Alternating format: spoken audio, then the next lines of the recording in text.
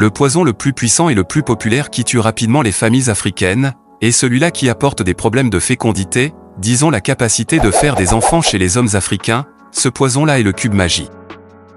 Le cube magie a été créé en 1886 par le Suisse Julius Magie. Signalons qu'à l'époque, pour les travailleurs pauvres, qui ne gagnaient pas assez d'argent pour se procurer de la viande ou du poisson, alors Julius Magie a inventé cet ingrédient qu'on assaisonne dans nos nourritures qui est le cube magie.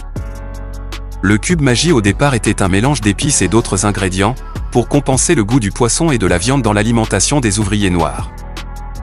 En 1894, après la conférence de Berlin, c'est-à-dire le partage de l'Afrique, une course à la colonisation, les colonisateurs ont effectué une exportation massive de ce ingrédient appelé cube magie dans les colonies, pour mystifier les Noirs, avec le goût synthétique du poisson et de la viande.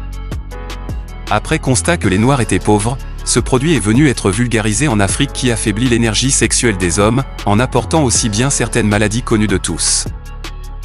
Notons que les Africains faisaient beaucoup d'enfants et pour les maîtrises il fallait un moyen pour réduire l'effectif pour qu'ils soient maîtrisables.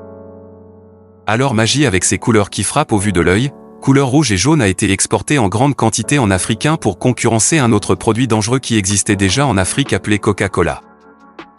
Depuis l'apparition du cube magie, environ 100 millions de cubes se vendent par jour en Afrique.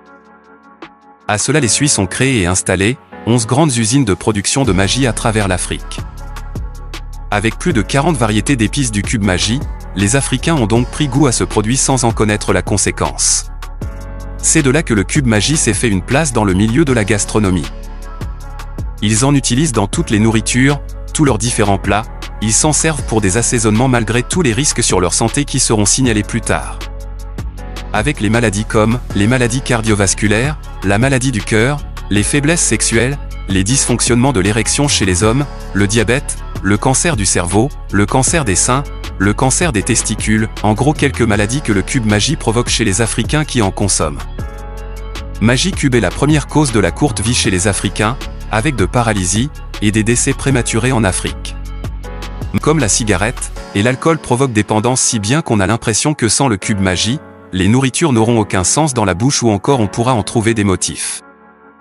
Alors prenez-en bien des notes et réduisez la consommation du cube magie dans vos nourritures.